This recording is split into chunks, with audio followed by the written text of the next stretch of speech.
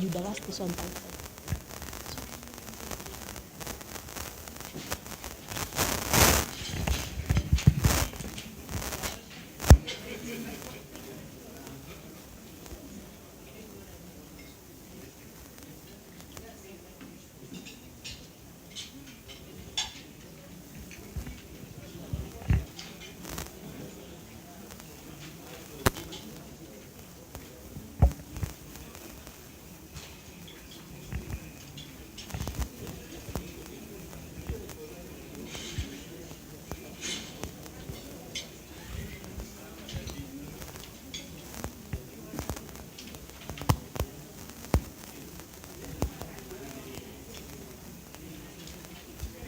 Ready?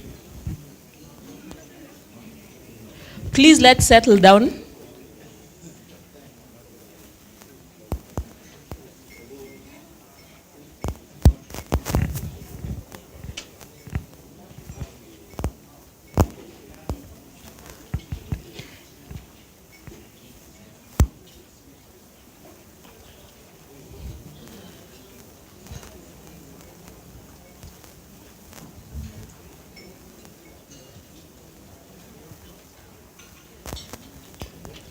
We'll now proceed with the next session.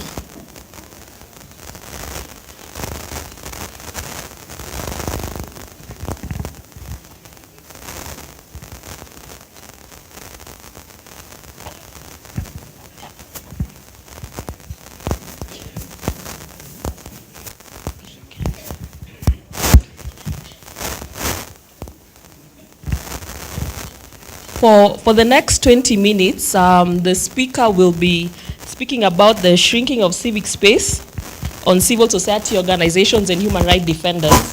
And this is a very important topic to us because for a very long time, the government has been curtailing on human rights, on freedoms and human rights, on our fundamental freedoms and human rights. And now civil society has found new ways to assemble, to organize and express ourselves, but government has also found new ways to curtail on our freedoms. The human rights defenders have started using the internet, and the government has also found ways of curtailing our freedoms on the internet, on platforms. And this is done through various ways, like we've seen regulations, we've seen now like the Cybercrime and the Computer Misuse Act, which has been used to intimidate bloggers. We've seen internet shutdowns in different countries. So I will invite our next speaker, who is a woman human rights defender, and she has been a social justice champion for a very long time. Kindly join me in welcoming Salome Nduta of Defenders Coalition to the stage.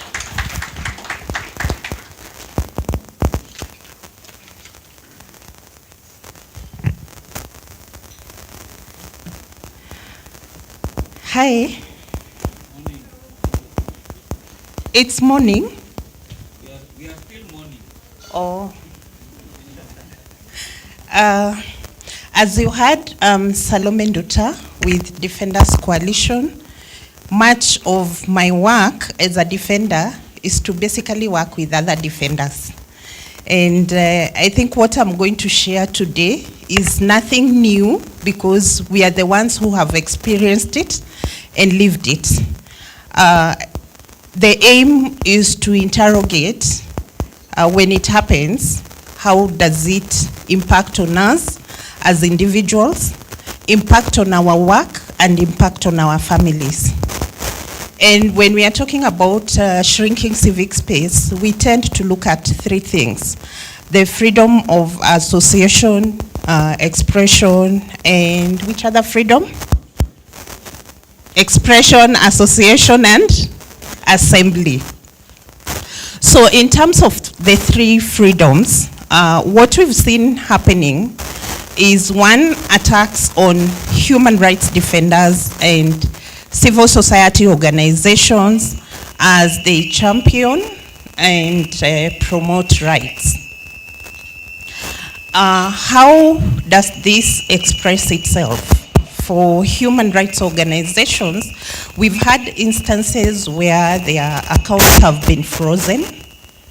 their insurance frozen. For example, I think in 2014 or 2015 thereabout, we had the experience of Haki Africa in Muhuri in Mombasa, whose accounts and insurance policy for staff was frozen.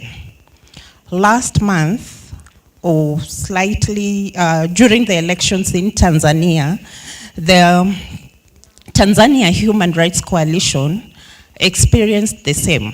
Their accounts were frozen, they were not able to renew their insurance cover, and of course they had to reach out to partners. What am I saying? One, as organizations, we need to be aware that any time our accounts might be frozen, and especially as we head towards elections. What plans have we put in place? Yes, we have our money in the account, as is a requirement by our donors, but should it be closed or frozen? How do you intend to implement your activities on elections? Because all of us are preparing for 2022 elections. Should it happen, how do we operate? If they freeze our accounts in the midst of a pandemic and we get sick, how are we going to access healthcare? So those are some of the impacts that we may face as civil society organizations. For human rights defenders, most of whom are either volunteers, they are not in permanent payment, they do not have medical cover. When they are attacked during, when they are on the streets, who cares to find out how they access healthcare? Do they prioritize feeding their families or paying rent, or then their priorities are changed to start looking for medication with the little resources that they have? So we've also seen an increment in targeting of individuals, and this has extended to their families. During the 2017 elections, we saw a campaign being run online, dubbed Evil Society, where individuals were profiled, and these individuals are heads of institutions. And I think last month, Defenders Coalition found itself in a similar situation, where I think the person who is leading the BBI process went on air to say that Defenders Coalition is interfering with the judiciary. And immediately after that comment, we saw online a campaign on Twitter that went ahead to indicate who Defenders Coalition is. The Defenders Coalition that was trolling is different from the defenders that I work for, because I saw new faces being associated with Defenders Coalition. I saw new job description of who the Defenders Coalition is and how Defenders Coalition has infiltrated judiciary in an effort to start a narrative that the decisions being made by judicial officers are not independent. They are decisions that are being influenced by civil society. So that obviously leads to a situation where Kenyans are trying to be made to lose confidence with our judiciary. There's interference with judiciary, which of course, from where I stand, I could be wrong, is a preparation towards any decision that might come out in 2022 that relates to the election. We know the decision, how the judiciary overturned the results of the presidential election. So probably this is another narrative being created to ensure that if we get ourselves in a similar situation in 2022, then people will not run to courts to seek for remedy. We've seen an increment in barriers to registration of organizations and CBOs, and we know that our CBOs, and let me here cite the social justice centers, for example, they have tried to bring services to people, to communities. Social justice centers are more closer, And if they are to seek for registration, if we have CBOs that are going to seek for registration, we saw the bill that circulated, I think, a month ago, and what it portends when it comes to registration. We have organizations, CBOs, that have reached out to the NGO board, to any other entity that registers institutions, and they have been delayed to get registration or denied registration. This outrightly means that if, for example, your CBO was, had plans of doing human rights promotion work, then that means there's no human rights protection and promotion and awareness creation at the community level. If your CBO, for example, was offering services, be they services that seek to address education and healthcare, and they are not registered, then those services cannot be rendered. And when those services are not rendered, then we have a society or a citizenry that is not informed. And that means such a citizenry cannot then demand, or when they are violated, they cannot get the strength or confidence to start holding people accountable.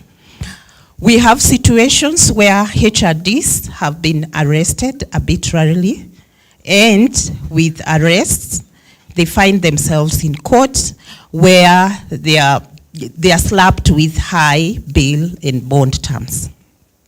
Again, I explained that some of these defenders are not employed. So if, for example, you've given bond or bail terms of 75,000, 100,000, we've seen situations. The most recent case was of Mutemi Kiama, where he was slapped with 500,000 Kenya shillings. How does one start raising 500,000 Kenya shillings where the main charge is something that should be bailed out with a lesser amount? So what we are seeing is ways that are meant to make us either fear to do our work, and when we decide, when we put fear aside and go ahead and do it, then chances are, if you do not get people to bail you out, it means that you may stay in jail until you're able to raise that amount of money.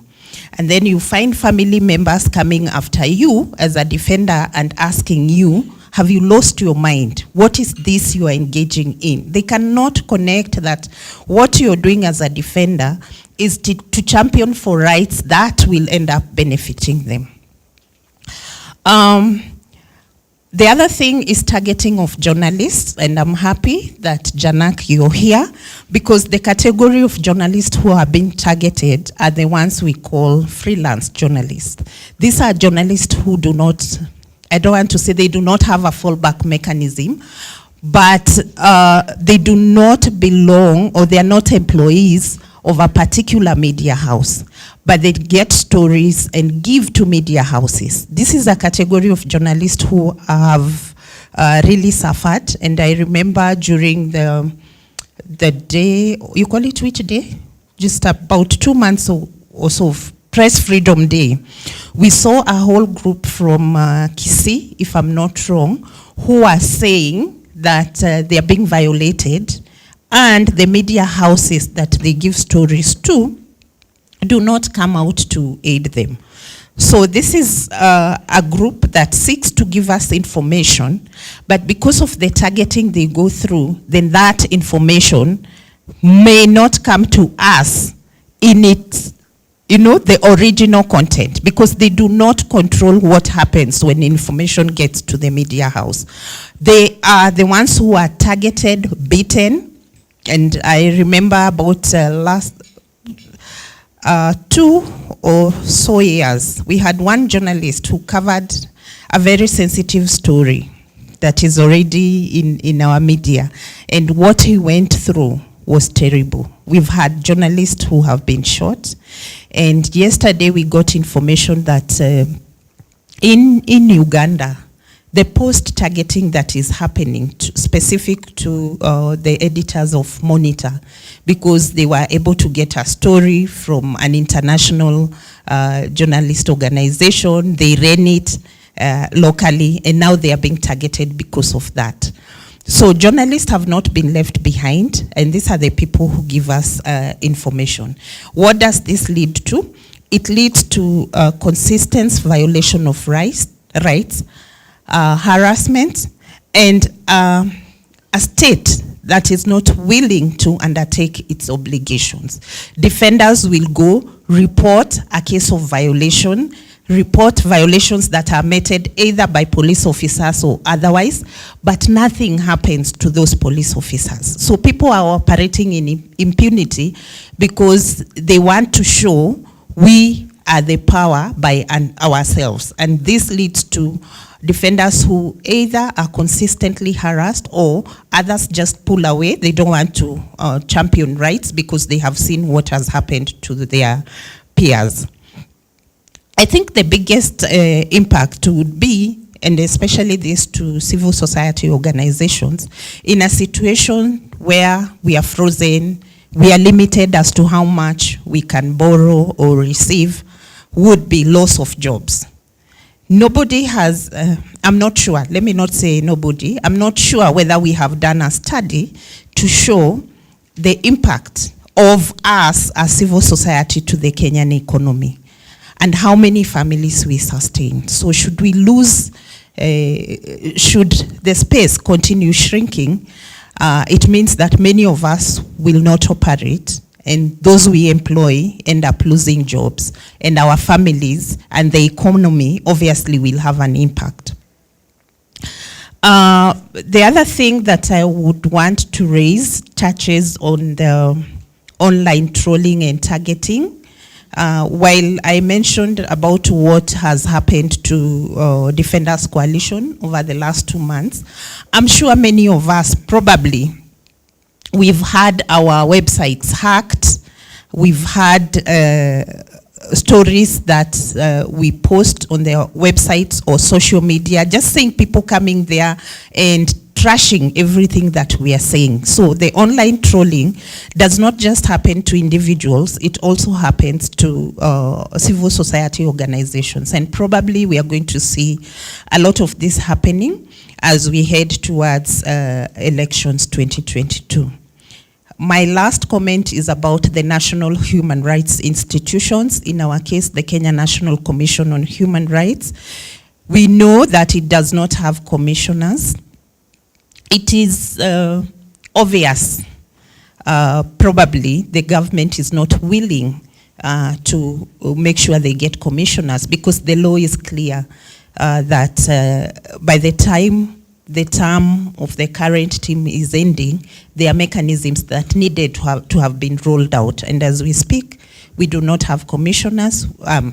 Almost 100% sure we will not be able to get commissioners in the next few months towards the elections, because I am not aware, and I thought I had seen Catherine in this meeting, I am not aware of any processes that have been started to ensure that we replace the commissioners. And besides commissioners, then is the limited funding that is allocated to them through our taxpayers' money. So when you do not have resources to run your services, definitely you can't hold the government accountable, even if that is the role that you're supposed to play.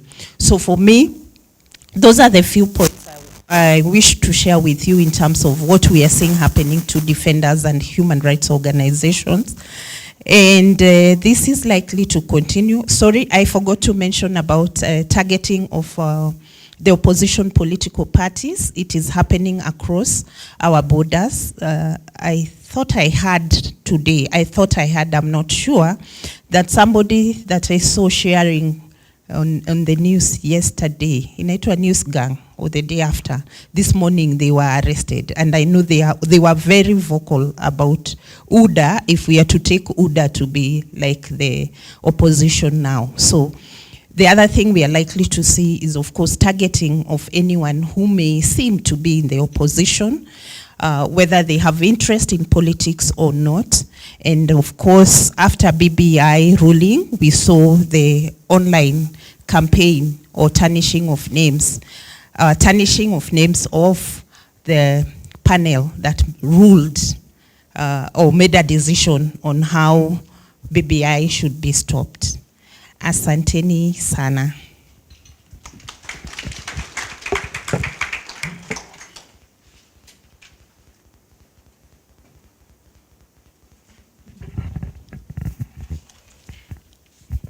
Thank you very much, Salome. You've mentioned very critical points on ways that the government is using to curtail civic space, such as the new ways that they're using, such as the freezing of accounts, tarnishing of the names of judges, using the lack of resources, as we've witnessed with the Kenya National Human Rights Commission. And I like the point you made that civil society has a ripple effect to the economy. So our sector is actually very important to the economy, and we have to strive to find our space.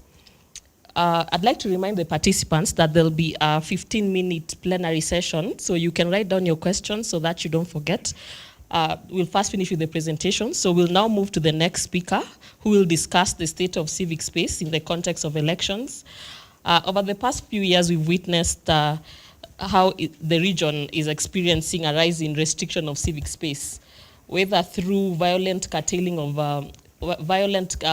cracking down of demonstrations, arresting and intimidating internet users, strict regulations passed to regulate the platforms, internet shutdowns, etc. So I would like to invite the next speaker. His name is Roland Ebole from Amnesty International. Kindly join me in welcoming him.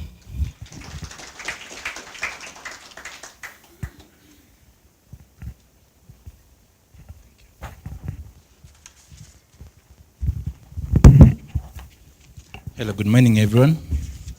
So my name is Roland Ebole, as said, and I'm a researcher at Amnesty International based in Nairobi, at the regional office of East Africa, where I cover Uganda and Tanzania. Very interesting countries, if you ask me. They both have come out of elections in the last few months. And you all know what has happened in the two countries. So the context of civic space and elections, and I'll also just mention also a country that I do not cover, but you may also follow and know what has been happening in the country, Burundi. So East Africa has mastered a way of having unique ways to curtail civic space around elections. In Burundi, which had elections earlier, and that was, I think, 27 April last year, the country has a youth wing of the ruling party known as Imbore Nakure. This youth wing plays both a militia role and also plays its own political organizing role. And over years before elections, there has been a lot of violence meted against opposition parties, opposition followers by this group of youth wing allied to the opposition party. And, followers of the main opposition party have actually been forced to flee the country into Tanzania. NGOs have been forced to close, to close their organizations. Media houses, media outlets, international and also local media outlets have actually been forced to close down. Large also, the UN, the UN human rights body closed its office in 2019. So that using fear, using terror against civilians, using terror against organizations, using terror against media outlets, using terror against human rights defenders, using terror against opposition political parties has actually worked for Burundi. And we all knew how the elections went. An election whereby, you have so many refugees, from the country who would have otherwise, voted maybe for the opposition and all that. You have, NGOs closed and all that. Then you move to Tanzania, which was next. And Tanzania, since the late President Magufuli came into power, seemed to have targeted using law. In our report last year, we said that Tanzania had a system of lawfare where the target was, all this category of civic actors using laws. We have counted more than 10 laws that were actually established between 2015 and the time of elections. In fact, at some point, a law would actually be, would be formed to deal with a case that has already been arrested.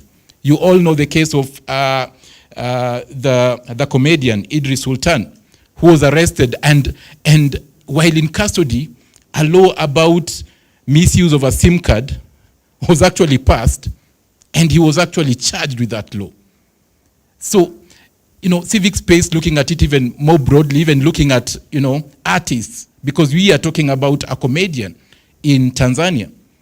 We are talking about bloggers, and, in the coming of COVID-19, we are talking about, even, individual persons that would even want to comment on COVID-19 or on how the government was handling COVID-19, because we all know how Tanzania stands towards COVID-19, especially last year with the late President Magufuli. We saw laws against media houses, laws against reporting on elections. We saw media outlets lose licenses, and between 2016 and the time of election, actually 7 media houses had somehow had their licenses withdrawn or had several, bans. We saw activists arrested, human rights activist Tito Magoti, for example, and charged with offenses that are not bailable, such as economic crimes.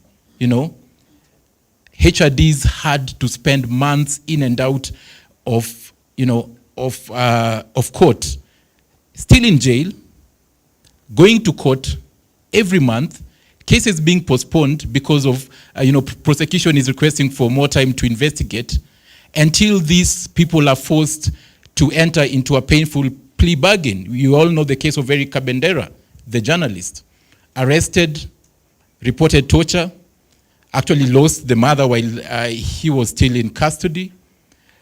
For more than 11 months, government is, prosecution is asking for more time to investigate. What do? Guilty. Let me pay the fines.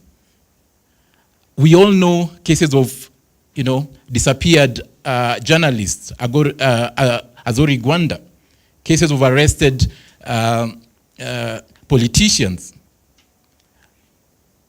cases of attempt against the life of politicians, Tundu Lissu in 2017, more than shot at with 16 bullets lodged in the body. And that was Tanzania. The elections came, there was so much fear. I did not mention in Burundi, people of course died with the Imbonerakure killing people. In Tanzania, we recorded at least, and when I say at least, as Amnesty International, what we do is that we report on the cases we can account for. 22 people killed, before, during, and after elections. So you can talk about the fear that already spreads even within civil society organizations. In these two countries, the church, which is a very important part of, the civic space as we speak, of course, was actually silenced. Then you come to Uganda. Ugandan case is very interesting. So Uganda is a mix of both using lawfare and also using the fear tactic, and also using, the digital space and internet, social media shutdown to actually, to carry out what it wants. So the state does this. Early last year, the very problematic law that would limit, freedom of assembly. It was the Public Order Management Act. A section of it is rendered, or the court declares as a section of it, unconstitutional. And just around the same time, the COVID pandemic starts. And the government just takes that as a blessing. What happens? COVID-19 regulations are enforced. Opposition politicians, Bobby Wine, cannot meet. Every time they attempt to meet, forceful, dispersal, and most of the time causing deaths, as in and all that. Government, the military, which runs the country, literally, kills so many people in the guise of enforcing COVID-19 regulations, which is, of course, applied, selectively against, this opposition party and especially the National Unity Platform that Bobby Wine belongs to. Towards the end of the year, Bobby Wine is arrested. People try to protest at least, and again I say at least because it could be more, 54 people are actually killed. Fear. COVID-19 regulations. And then media is curtailed. Media freedom is curtailed. Towards the election, journalists are asked to, or not asked, are required to, get clearance to report in elections. Clearance or permits for foreign journalists are all suspended, and they're given until 31st of December to have this renewed. And at that point, it is a few days to elections. Elections are happening on 14 January. So media cannot also report.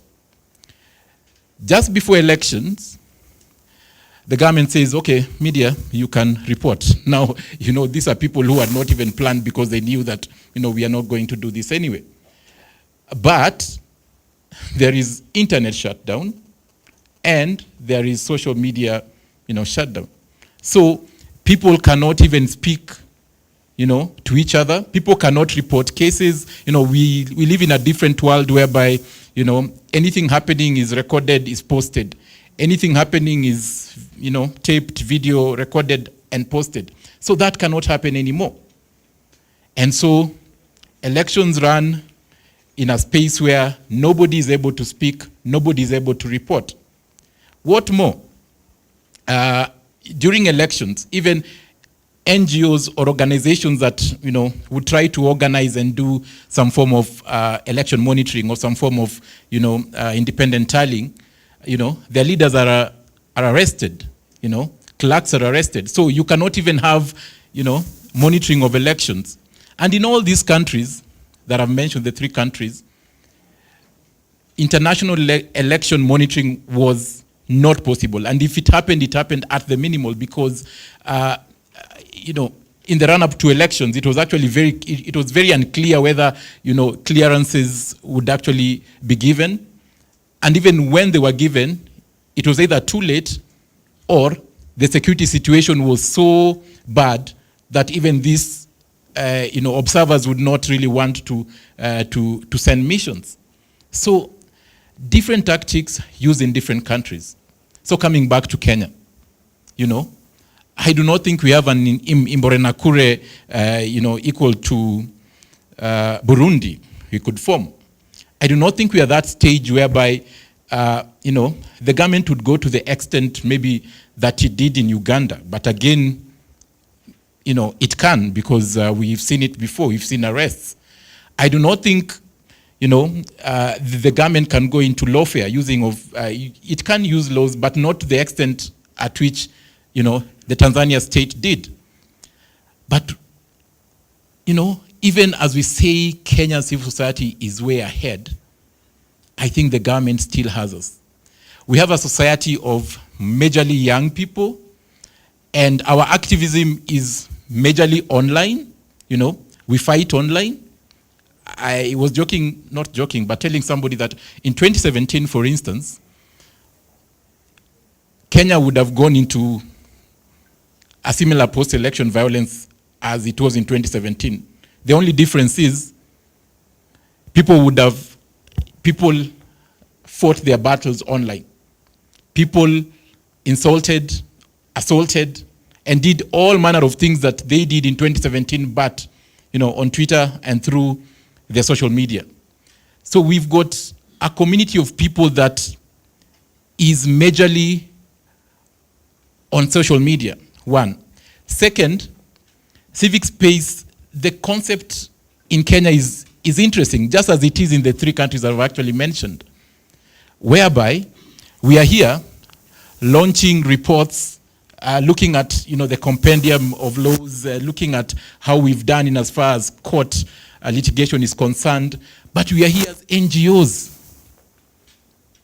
Civic space is so large, we have the church, we have labor movements, and I remember Malombe back in 2016, I think 2015, when Nat was being embattled, the former Secretary General, was actually almost ousted out of office, and we were trying to meet him because we knew we had a responsibility to work together, in solidarity with labor movements because they are part of civic space,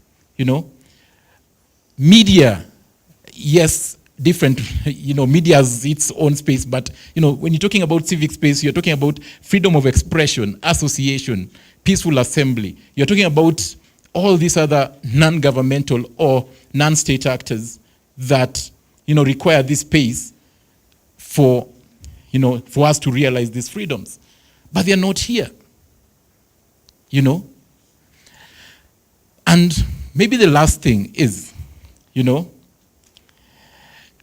our own legitimacy in terms of how do we move forward. You arrest Jacob Zuma, you will have more than almost 300 people dead.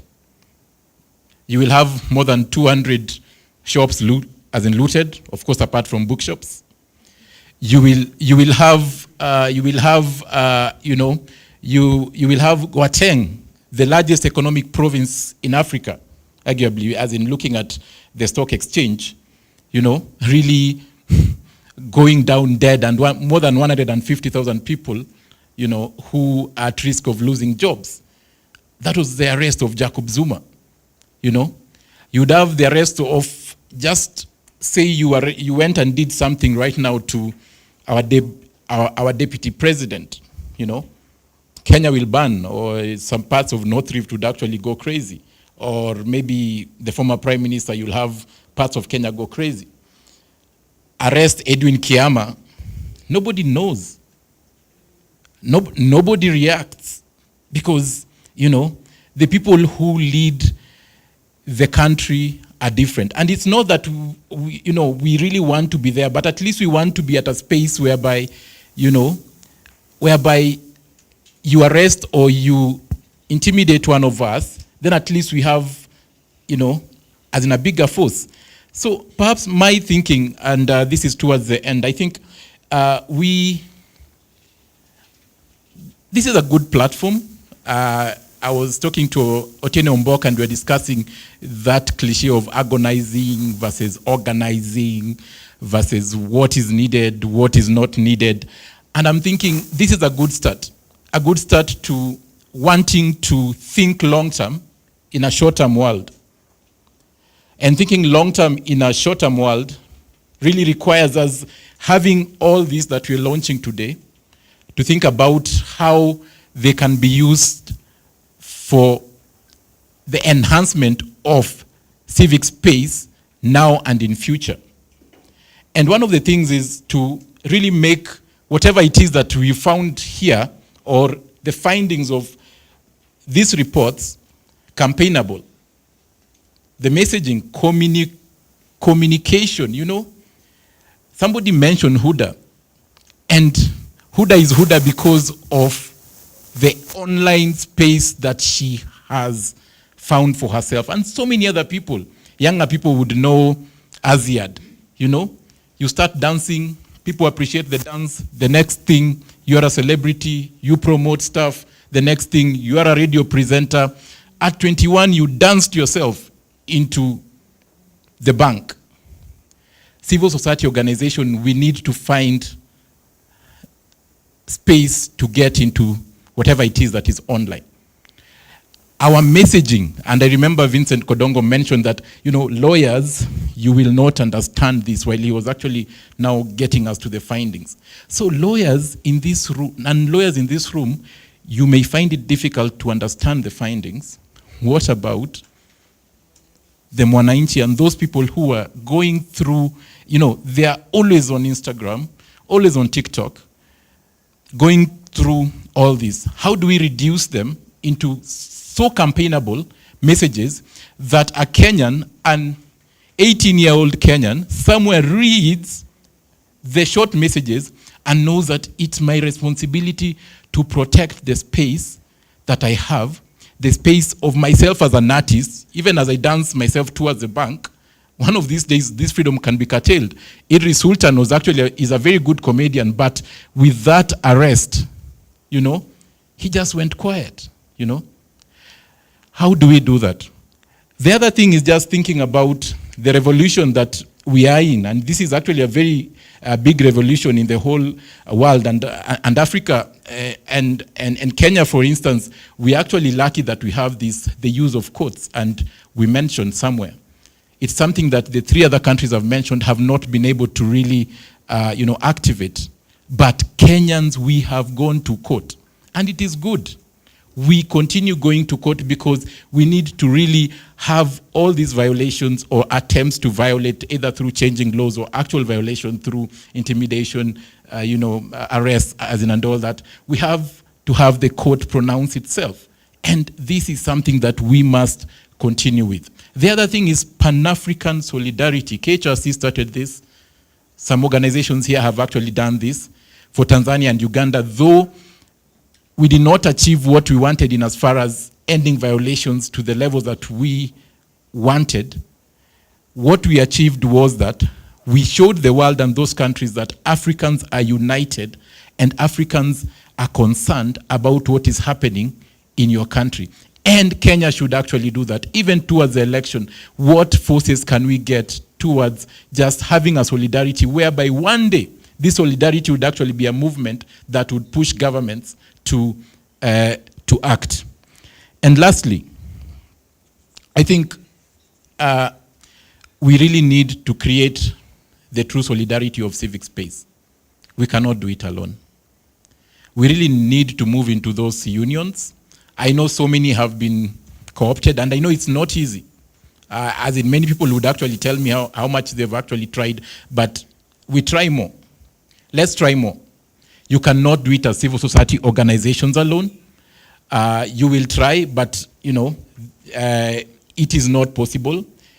It is not good to have this meeting as NGOs only. It is good that the meeting is happening, but we can push and make sure that even in our strategy, we involve every other actor, because civic space is larger than us. Civic space is so large that if you have to think of other actors, this event should actually be happening somewhere in a stadium, as in, to be honest. And just to say that, the fight is not just about elections. And I've realized every country in the region, and this is actually my last point, election starts after elections. The next elections start after elections. And I'm giving an example of Tanzania. So President Magufuli dies March this year. I don't know how many celebrated. I don't know how many. I know many Kenyans loved the man. There was all this talk about, a no-nonsense, Magufuli, padlocks, a man of the people. What would Magufuli do? So I've talked about all the bad things that happened during his regime. Then President Samia Suluhu comes into power. She's sworn in. And then just in the matter of few days, she seems to revert all the bad things that has been happening in Tanzania, asking for licenses of media houses that had been, withdrawn to be returned, and the media houses to be opened again, changing her stance against COVID-19, forming a task force to look into COVID-19 and propose ways in which government would go into, taking measures to prevent and control COVID-19. Right now, there is actually a schedule for vaccination that has been given by the government. Very, changes that Magufuli would not do.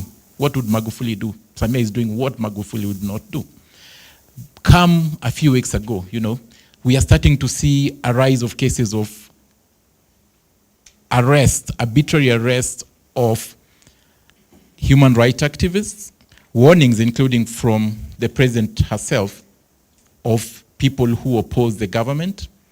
And what do you see a few hours ago, the day before yesterday? The arrest of 12 politicians, among them the leader of the main opposition party, Chama cha Demokrasia and Maendeleo, Chadema. So he's arrested 2:30 a.m. at night in his hotel room in Mwanza.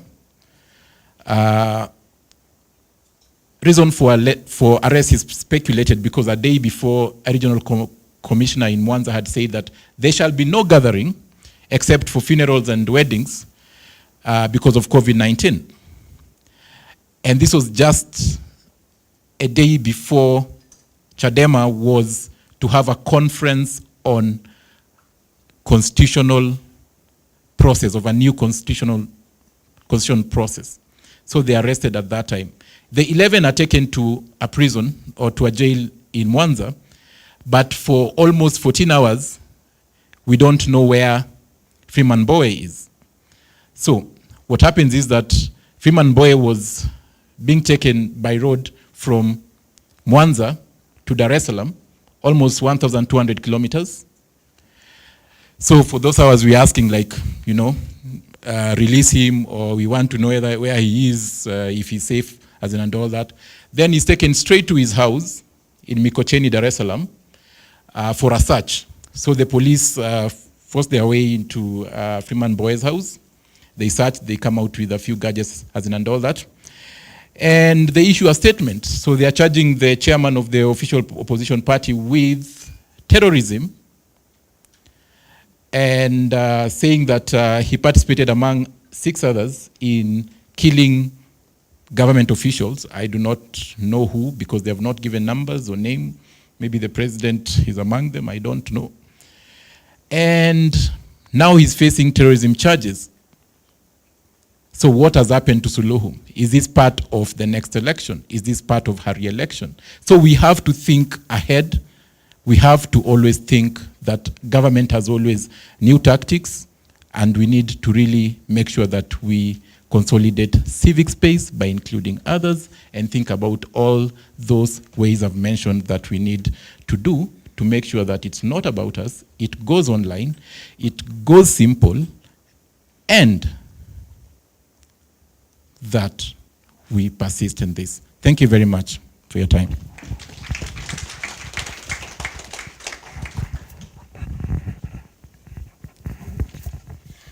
Thank you, Roland. Your presentation has even given me chills. I've reached realization that in the region, civic space is almost non-existent. If we were at 60%, we are now at 30%. From the opposition parties in Burundi being forced to flee, NGOs being forced to close, in Tanzania, particularly in Tanzania, what I'm still trying to digest is that a law was passed while Idris Sultan, the comedian, was in custody, and then he was charged on that law, using that law. So that means there's even no rights of an accused person. And then in Uganda, the use of fear. So I don't know what to expect in our elections next year. So, but I think the biggest takeaway from your presentation is that civic space is larger than us, and we need to include other non-state actors and the common citizens in our interventions in protecting civic space. So I know there's some people who may have burning questions, so we'll now have a 15-minute plenary session, and I'll invite Winfred Gaki, who will take us through the plenary session.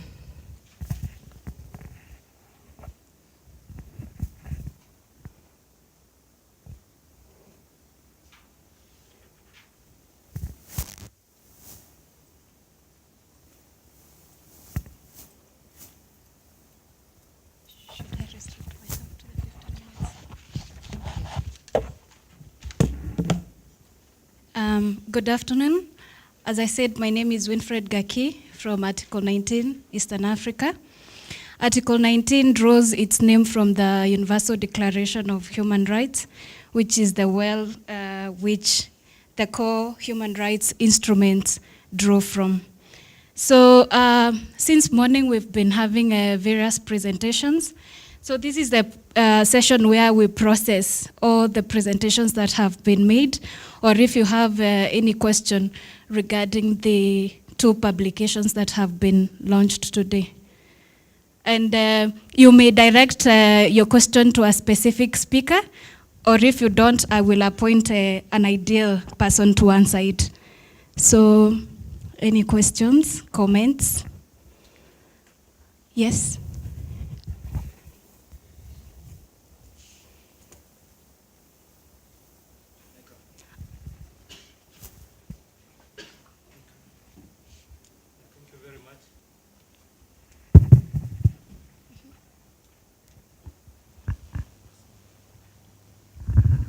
Yeah, thank you very much.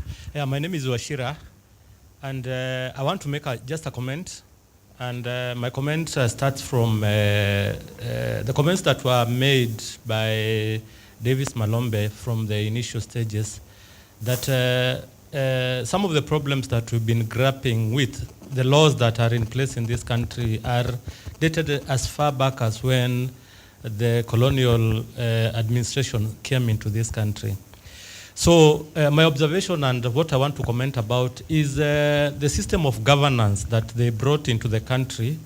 They introduced something which is called the provincial administration. The system of district commissioners, chiefs, DOs, and all this. So my comment now goes like, after the promulgation of the new constitution, maybe I could be right, I could be wrong, but I'm of the opinion that the idea was to change the governance system, to bring about a system that is relevant in today's world, not a system that has been abandoned by the people who brought it into this country.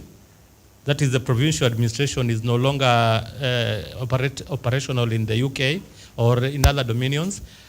But you see now, after the new government came in 2013, whereas the new constitution has got no place for the provincial administration, which is actually an institution for controlling people and actually oppressing people, is a very oppressive system. But it still persists, and it's like we are unable to link it with the oppression that goes in, that now we have a constitution which cannot work because it has got a parallel governance structure. So I would have asked maybe us to think more clearly whether we can even have a referendum drawn by popular initiative to make sure that either we make it constitution to have that dual governance structure, or we eliminate and we have, as it was envisaged in the first, that there was no provincial administration.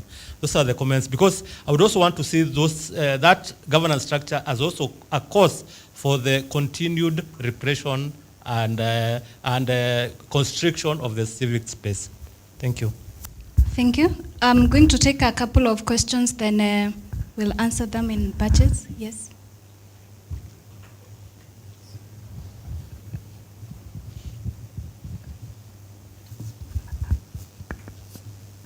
Okay. Thank you very. Hello. Thank you very much. I'm C.D. Otieno.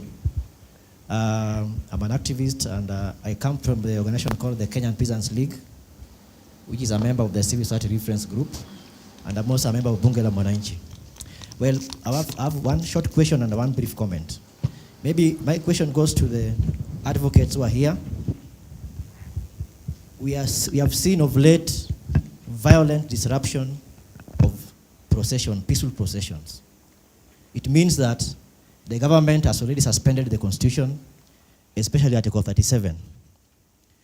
And I was actually lucky to be part of the student movement during the NCC days, where we used to go to the streets fully prepared to deal with the police. So my question is this: as the space is being shrunk by the government. Should we continue acting peacefully when we are beaten, or we should go back to those days where we go to the streets fully armed to deal with the police? Because I'm seeing it, as we have said, it's practically impossible for anybody to organize any protest, either at the grassroots.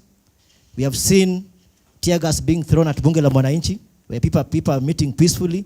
We have seen Sabasaba, we know what happened. So should we continue acting peacefully and obeying the law when the government itself has suspended that particular law? My last comment is this. When you talk about civic space, then even within the sector, we need to ensure that the space is opened. And I'm happy CSRG was part of this process. And of late, we have seen many actors who took part in creating CSRG actually becoming lethargic or pulling out, like HRC took a very big role. So we would want, this is the space that we can use to unite and bring everybody in this country. My urge is to implore the national organizations to come back to the space and ensure that the space is made vibrant and accommodates everybody so that we have a very big space that can protect us. Thank you very much. Thank you. There's a lady somewhere. Yes.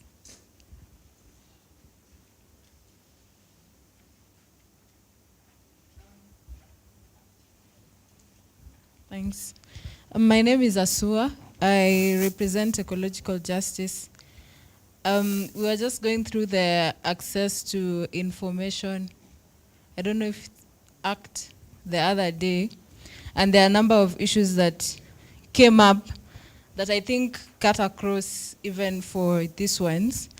And one of them was that duplication, one of which he has talked about, where the MOI structure is still going on, and then we have the devolved system, and we have several government institutions doing one thing and being moved all over the place. An example was the Ministry of Youth, which we have the State Department, we have the council, we have the ministry, which is always mobile, moving to every other ministry. So how do you go about that? And yes, we go to court, but in my short experience, I find court processes very draining. And we have seen under this regime how court orders are just, like they don't mean anything, they're just thrown out of the window. So how do we complement legal processes, and how do we get the public to know? Like if CSRG or KNXCR has moved to court, KHRC has moved to court or on an issue that is of public interest and the public is not aware. We've seen in India, there was a court case to repeal some of the very punitive agricultural laws, but as the court case were going on, farmers, civil society groups, and everybody else were on the street to complement whatever court process was going on. The other thing is that it is now clear that we need to change how we do things, and we cannot stick to the contemporary way of programming that we have in NGOs. To have these other people we are saying we want to bring on board come on board, like the unions and the movements and everybody else. Because they cannot fit in or in how many of organizations run things. And then the last thing is the pitfalls of these court processes. An example is the injunction that we had when Decolonize moved to court against the proposed Lamu coal plant in 2019. We slept in 2 weeks. The Energy and Petroleum Act was passed overnight. And so many acts that the president has passed overnight, you know, to counter some of these court orders. So how do we creatively go about that? We have call within the National Adaptation Plan and the Climate Action Plan, which was not there. It was sneaked in so that we now accommodate coal as one of our sources of energy. So how do we move about that? We have a case of private law firms putting human rights lawyers under house arrest, even after they have won court cases for these industries or companies or corporations to compensate people for the damage they have done on the environment. And the recent one is an instance where Chevron has put Stephen under house arrest through a private law firm despite winning the case, and he hasn't been charged. Thank you. So before we go to the next round of questions, I'm going to assign people to comment. On the question of whether we have the obligation to be peaceful despite the government crackdown on the right to freedom of assembly, I'm going to assign it to my senior, Ochiel, to address it. Do we still have the obligation to remain peaceful, since the provision is that the right is that people are allowed to protest as long as they are peaceful and unarmed?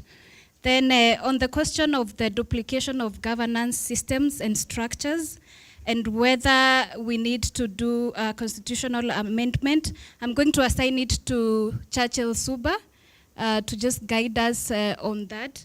You know, just make comments about even the duplication of departments within government, dealing with the same issues, leading to conflict of mandates, or sometimes doing various governments doing the same thing. Then I'm going to assign the question on alternatives advocacy ways other than litigation, because litigation could tend to be tedious, to Roland. What are the alternative advocacy options other than going to courts? I guess we can start with Ochiel. Give the mic to.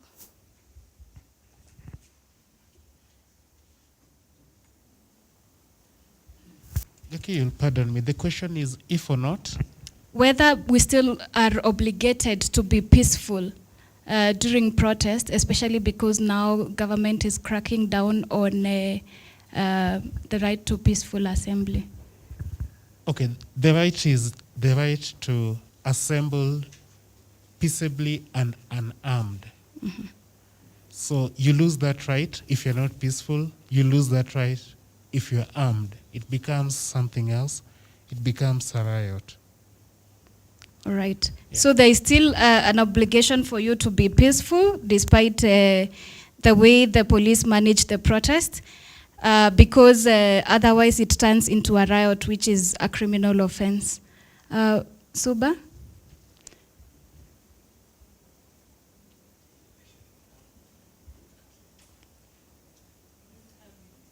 We don't have? Thank you very much. Thank you very much, Gaki, and for the ambush. Of course, I'm going to use it to also make a few other comments. I think there is a sense in which civil society is overwhelmed by the multiplicity of the two layers of government and the sheer number. And our capacity, particularly at county level, has dwindled over the years. The reality is that every election year we lose civil society actors who either get elected as MCS, get appointed as chief executive officers, chief officers, and there is really nothing wrong with that. I think the challenge is that we have not been able to keep pace with our capacity building and leadership development so that we continually have, just like football clubs have, Arsenal, Manchester City, Chelsea, they have academies where they grow and nurture new talent. I think as a sector, we have not developed sufficient capacities to do that. And so people will always complain about duplication. instead of saying that, we can't just cope and understand where, Wachira is coming from. Of course, there is a sense in which a number of functions still remain duplicated. The national government still has retained this pool, and you all know that the amount of sheer power that national government wields, and we are lucky to have in the House one of our own colleagues who served in the committee of experts, perhaps he will also help with this regard, that the principle of devolution where resources were supposed to follow functions has not quite happened to its logical conclusion. And the national government has still quite retained resources, while in theory and in the constitution, when you look at the first schedule, you see some of those functions ought to have been, devolved fully, and resources meant to carry them out, equally, taken to the county level. I, of course, will have to, I'll hand over, you will allow me to hand over to him to also, as an expert in who helped us to do this. But allow me to make a couple of comments that relate to civic space, and I want to pick it up from a comment that CD has made. Because for me, civic space or threats to civic space do not really begin from it is good to do these books and to imagine that threats to civic space reside in these laws. But from practice and what I've seen in the recent past, threats to civic space begin from our own, attitudes, our own values and predispositions. And I say this at a time when, as a country, we are engaged in very controversial national discourses. And I've seen a worrying trend in civil society to want to paddock people like goats, that you must think in a particular way. That is a threat to civic space. Let people embrace political pluralism that we all fought for in the 90s. There is, of course, a tendency to think that we fought for multi-party democracy. Multi-partyism is about multiplicity of political parties. But in political theory, political pluralism presupposes that whereas decision-making and power resides within the framework of government, other non-state actors, of which we are a critical part, have the capacity to organize, to mobilize, and influence, how those decisions are made. And I've been seeing surreptitious attempts to invite the civil society to play the observer role in a situation where they should be active participants. I think we as a sector must subscribe to the political pluralism that we fought for, because we can, without knowing, be people encouraging censorship, self-censorship, and herding people, in some kind of herd mentality that does not belong in this sector at all. We should be worried about the fact that one of the factions of the NGO Council shamelessly operates from Nyayo House and feels nothing wrong about it. As a matter of fact, they are running an informal network for the Ministry of Interior. And occasionally, CD said it belongs to Bunge la Wananchi. I'm told some of them are spotted there. All they do in the evening is to file reports for which they get handouts. Because NGO Council is one of those bodies that should be ensuring that, government entities are checked and the sector is represented in all those, government bodies. Lastly, is to say that Salome did raise concern about Kenya National Commission on Human Rights, the fact that it has had no commissioners for quite some time, more than a year, because I remember the last term of the commissioners ended, I think, in February 2020.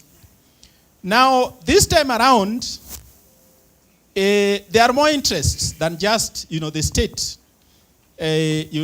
refusing to refill the vacancies in the commission. Remember, the state has always had this urge to merge the Gender and Equality Commission. Now, the Gender and Equality Commission has commissioners whose term is barely a year into office. And for them, this time around, they might just find it lucrative to agree to the merger. Previously, they have resisted it. I know Matiang'i has been pushing for that and attempting to rationalize the commissions because they claim that is where money is lost. I'm not sure about that. But we really need to find out what are the interests at play that has made it, delayed the reconstitution of the Kenya National Commission. Because there are individual commissioners that occasionally I talk to, and they seem to, like the idea of a merger because they are the ones who will, occupy the space that is vacant. But even as we talk about Kenya National Commission, we need as a sector to interrogate these commissions because we often forget that TSC is one of those constitutional commissions that is running down a giant Kenya National Union of Teachers.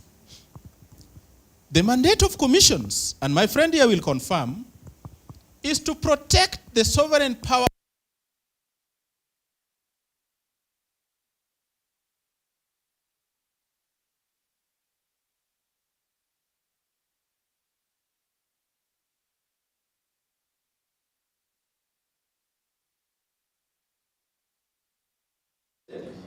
that the power of every commission resides in the commissioners. Where are the chairs of the TSC? And why have we allowed TSC, to run amok and literally, subterfuge the power of the people? The failure of government to operationalize the Public Benefit Organizations Act should concern us. Of course, it is one of the laws in these publications, but Ronald Debole talked about a critical thing. Declining solidarity and complete loss of mutual, protection among us. That, Edwin Kiama would be arrested and nobody even shows up in court in solidarity. We don't quite mobilize as we used to do. And we really need to rediscover some of those things. Of course, CD also mentioned about, people losing interest in CSRG. I always see those interests whenever elections are around. People disappear and then when they hear their elections in CSRG, they resurface. They have completely no clue what the CSRG has been doing over the years, and then they resurface, for purposes of elections. And this should worry us because I'm told that Fazul Mohammed is lobbying to be appointed the chair of the NGO Coordination Board. Remember, he was the CEO. There's been a vacancy since Gishira Kibara left office. I'm told he's lobbying. I'm told the authorities are not very keen because Uhuru is not quite sure whether those are the characters he needs to damage, the little legacy he wants to salvage for himself. But there is such a serious lobbying by Fazul Mohammed to come back. Maybe if he came back, he will help the civil society to come back again together. Because at times I think, and based on experience, that we need such, outrageous characters in those positions to unite us, because we just are unable to unite ourselves without such threats. Thank you. Thank you, Churchill. I'm just going to give a minute to Roland and a minute to the expert to give a rejoinder. I'm really sorry, we are limited of time. We are not able to take more questions. 1 minute to Roland and the expert for rejoinder.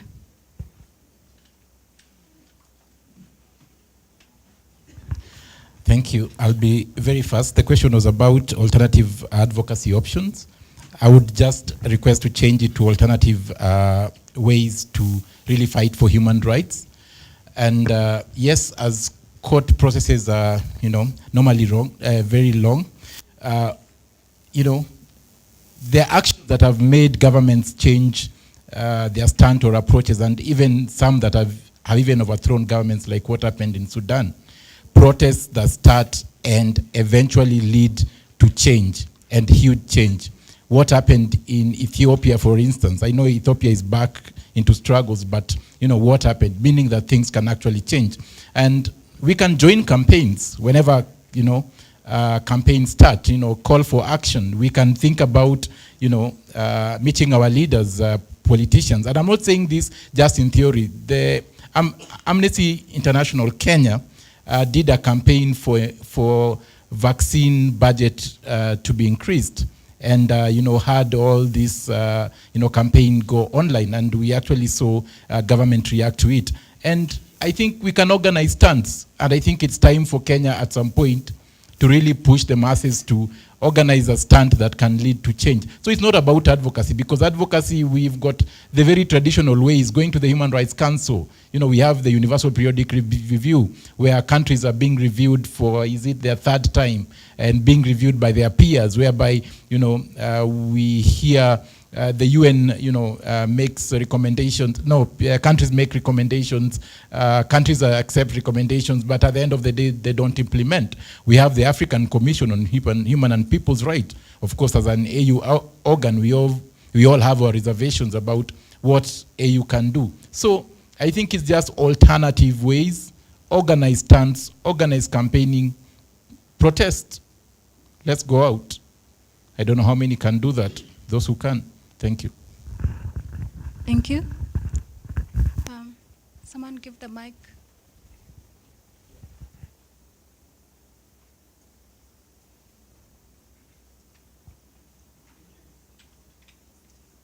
Just a minute.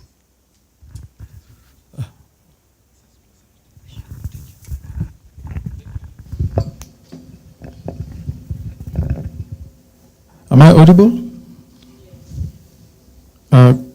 Good morning, or is it afternoon now, ladies and gentlemen?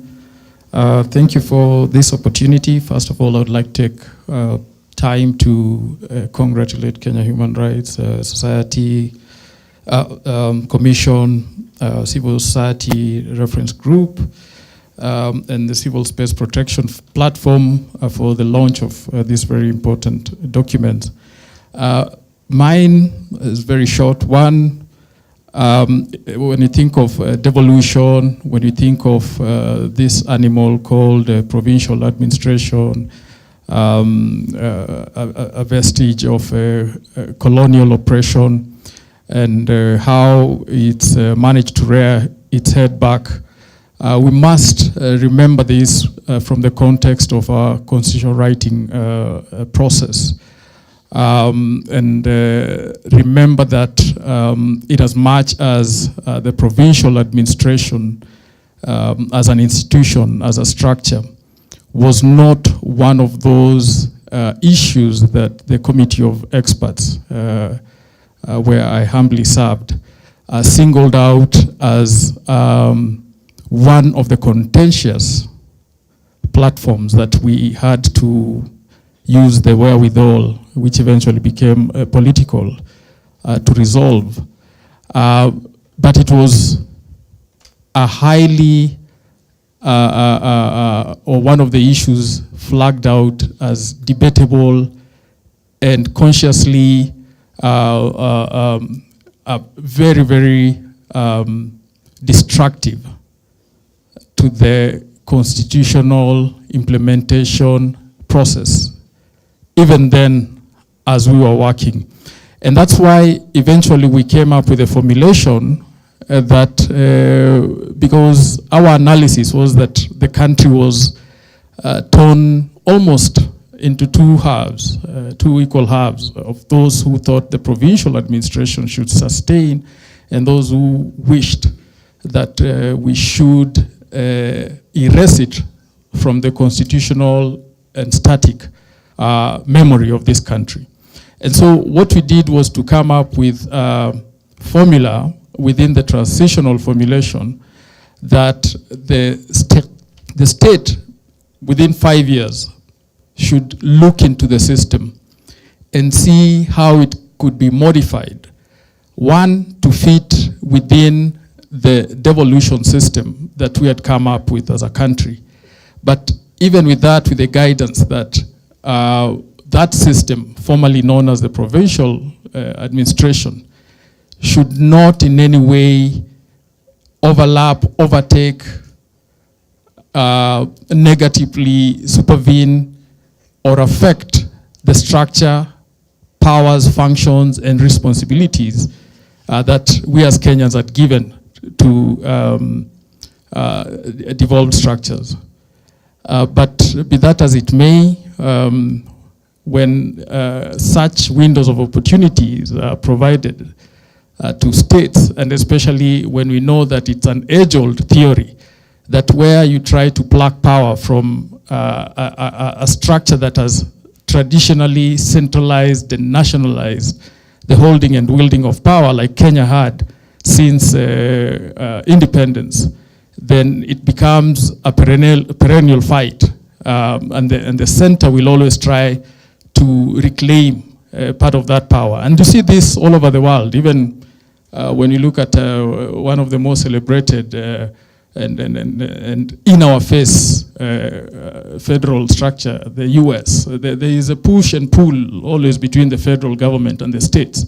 So that theory subsists. But also we must remember that our context in Kenya is that devolution still is one of the issues that the powers that be do not want in this country. Let us not lose sight and memory of that.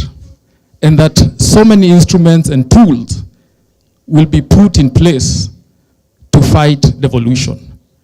And that is why the provincial administration, by whatever other name, national government administration, structure, whatever it is called, and the attentive legislation that is there.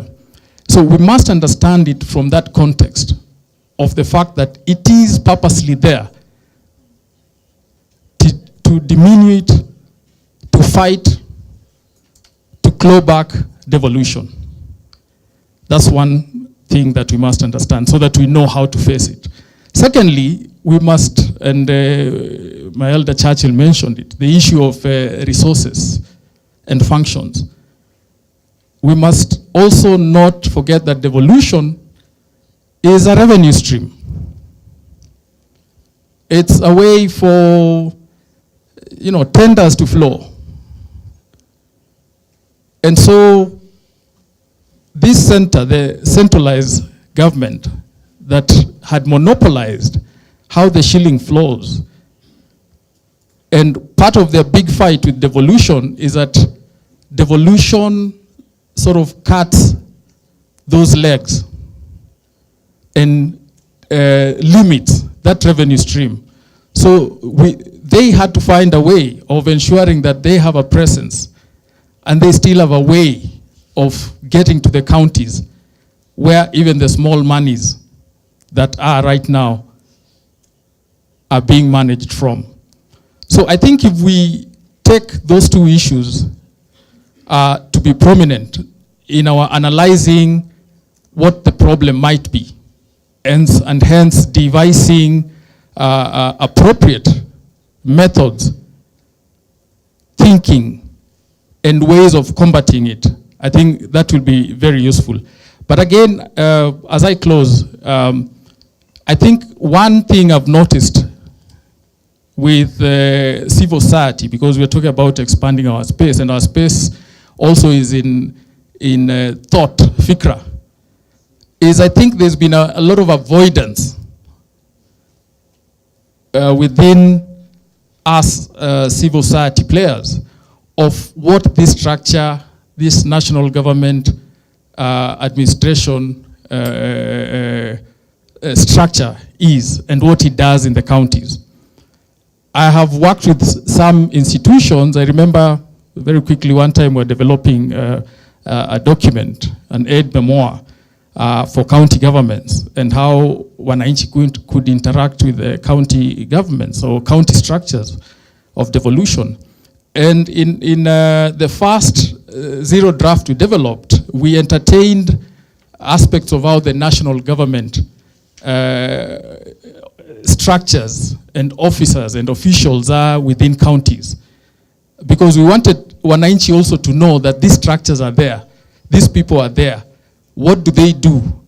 And what are they not supposed to do? Because it is this ignorance, avoidance, that is allowing this structure to creep into the counties, to eat into the powers and responsibilities and functions of county governments, because many people down on the ground do not understand the roles of these institutions vis-a-vis county government. So I remember that time we were told to remove everything from the document that had to do with the national government administration structure.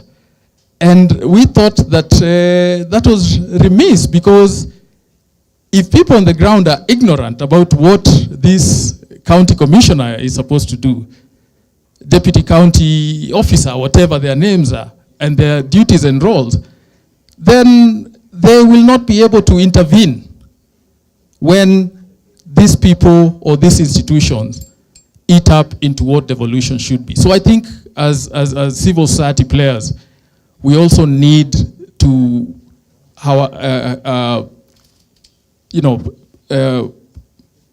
highlight and encroach onto the space that these institutions work within, and pluck it out with the relevance of showing what they're supposed to do and where they go out of bounds according to our constitution and the attendant laws.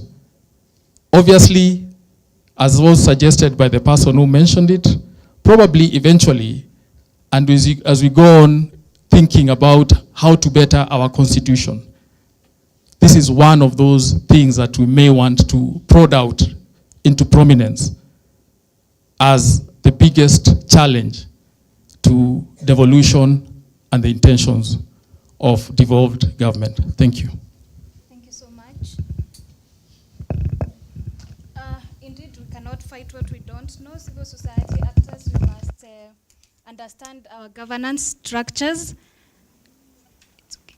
We must understand our governance structures so that we will be able to hold them accountable and keep them within the lines of their mandate.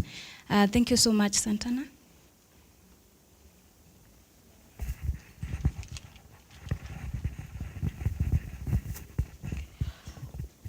Thank you so much. We'll now move we'll wrap up. And I'll invite Joshua Changwon, he'll give a summary of the emerging issues and the way forward.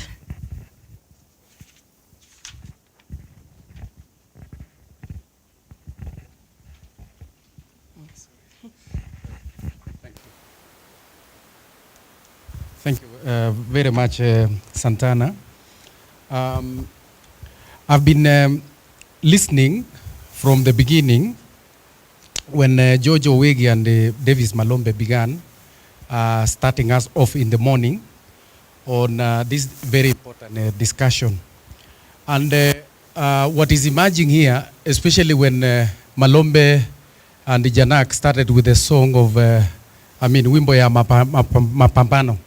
We were trying to remind ourselves. You remember how they said, ilikuwa ni ya kitambo, but it is still relevant now that we still have a lot of things to fight for in terms of our rights and the space that we are operating in. But what is very important from that opening session is that there is need for strengthening partnerships to protect and expand civic space, and this includes resisting retrogressive laws. And I know Vincent Kodogo gave us examples of about 31 pieces of legislation that has a lot of gaps, and there are recommendations in the booklets, and that tells us that what John Owegi said, that we need a session in the next 1 week where we are going to devise strategies on how to implement the recommendations and even make all of us own and practice those recommendations that have been put in place in these publications, so that it don't just reside in the documentation. The dissemination also has to happen. And the dissemination element means how do we action them and put them in practice. Then I think Faith, took us a very interesting session, very sensitive, yet very relevant. Easy to talk about it, yet very delicate. And she recommended that we need a toolkit for human rights defenders in safeguarding digital space and practice, because that is where we occupy. That is where most of us are. We are no longer in the hard copy newspaper. We are on our Facebook account, Twitter, and all other social media platforms. And for me, what I gathered from Faith's presentation is that there is need for digital security training and the digital rights education for the sector. Because most of us, we are in those spaces, probably we don't know what are the security elements that comes with it. And we get even exposed to ourselves. And you see how our gadgets are being like, confiscated or even taken away by the security people and used as evidence against ourselves. But now that doesn't need just to remain here at the national level, it needs to go to the county levels. Because at the county levels, moving to next year, it will be a hotbed of contest. We have 22 governors who are not seeking re-election, so there will be 22 succession politics in our counties. And you can imagine that. We've never seen that, probably even in the past election. And there are those ones who are also going to be defending their seats. And we have a president at the national level who is interested in succession politics, very active in it. So what does that mean? It means we are looking at either 202 or 207. And of course, 207 as the ugly one, and 202 as the hopeful one. So we don't know which choice we are going to make. Then COVID-19, Faith mentioned COVID-19, which is now being used to curtail rights. And we've seen that right from the chiefs. We were in Kiamba observing the by-elections just a few days ago, and the chiefs in full uniform were appearing in polling stations. You ask them, what are you doing here? Because they are not part of the 6 who are mandated to administer and manage elections in a polling station. But they say, we are just trying to ensure that COVID-19 measures are observed and all that. So COVID-19 is an excuse now. And we ask ourselves, what if next year, is it now the 4th or 5th wave? Or they will say the Delta wave or whichever wave that will come. Would it be an excuse to postpone the elections? So scenario building that we need to engage in as a civil society, and of course being vigilant, sensitive, and also acting on rapid response mechanism.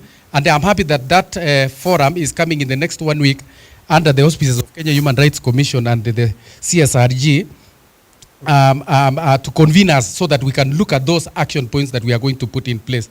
But very important, just to observe from the discussions, is that is this sector able to observe and monitor digital transmission of election results?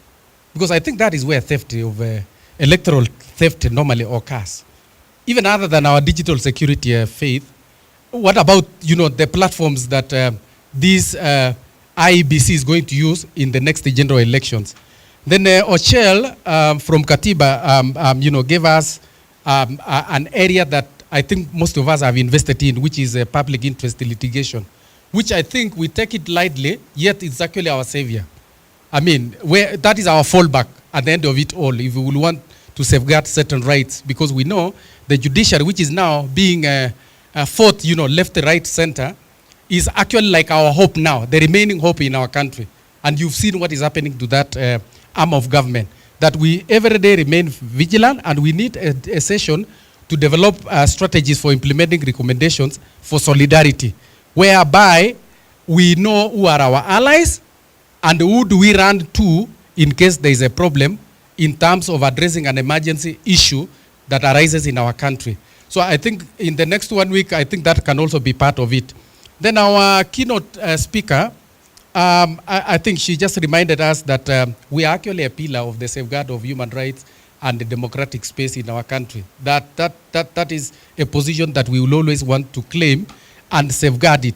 Then, of course, she reiterated the fact that COVID-19 is something that is not to be wished away because it can be used either to curtail public participation, the civic space, and even doing our own activities in our individual organizations. Then Salome from the Defenders Coalition, she raised very pertinent issues, and I think security plans for the CSO sector as we move to the general elections is one of the key takeaways from this launch of these 2-3 publications. And for me, I find the issue of healthcare, the way she said, to be very important. How do we safeguard? Whether we are individual human rights defenders in institutions, are we there for each other? And she gave examples. the physical protection of HRDs, because they could be exposed and be vulnerable to physical harm, as well as also the rapid response in terms of legal representation. And this mapping we need to do so that all of us are aware of where immediate help can be sought from. Then I think she made a very important point that media and civil society, they are like conjoined twins. They cannot avoid each other. But the way it is now, because of media ownership, because of the politics in the media sector, the politics in the CSO sector, we are divided in a way that it gives some people happiness, I mean. So which means civil society, and I think Janaki, yesterday we were discussing about the Kenya media sector group, which we are going to coordinate and see how they can work closely with civil society actors. I know she raised the questions of some of us we are gotten unawares, whether we are individuals or we are players in our key institutions. But where do we get that knowledge? I know we have Viwango in the room. We have the head there. And I think they are engaged in institutional strengthening of civil society, just standards, compliance, adherence, what is required for us, so that we are not like being attacked by KRA, by all these manner of people who are being used by the state. And I think we can benefit from that platform, and I know that is their key mandate. The weekend constitutional commissions, I don't want to repeat that. I think people have mentioned to say, how do we see this as a danger for our country? And the danger for our country, and one example has been given for the Kenya National Commission on Human Rights. But let me give an example of the IEBC. We've interacted with them very closely. Out of the 10 billion that they require to run the next general elections, they only have 10B. Their traditional supporters from foreign agencies such as the UNDP, which have supported them for many years, whether it was when it was ECK, when it was IIEC, and now the IEBC, have been told literally not to put money in IEBC. And there is a letter from the Minister of Foreign Affairs to all embassies in this country, foreign embassies, not to put money in IEBC. So what does that mean?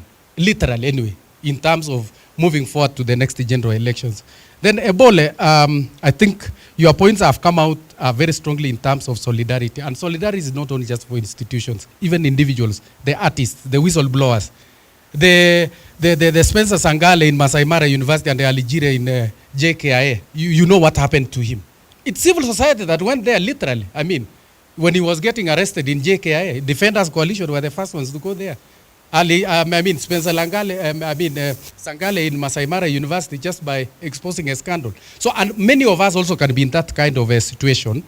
Then I think I'm going towards the last one, which I think as a sector, we need to build scenarios moving forward for the 2022 general elections.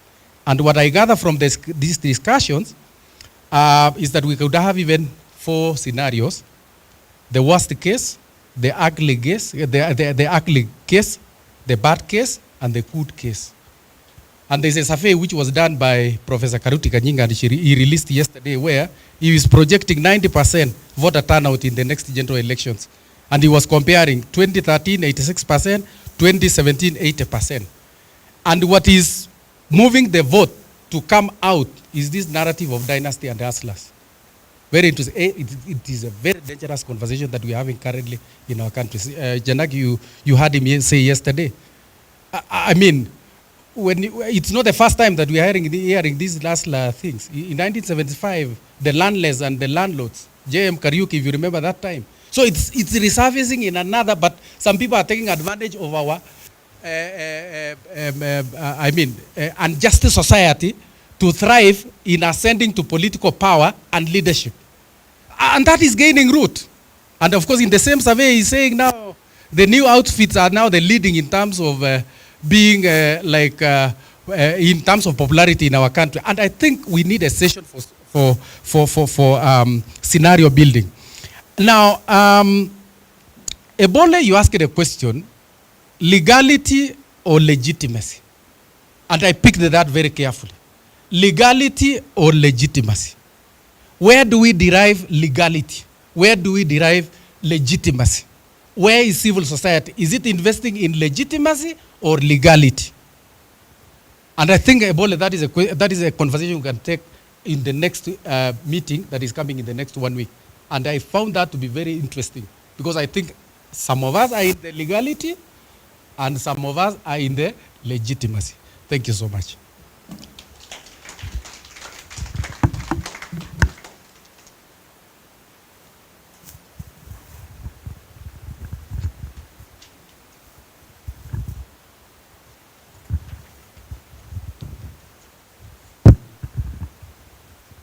Thank you very much, Joshua. And I like how you say that we should remain vigilant and know who our allies are so that we know who to run to next year during the elections, depending on what can happen.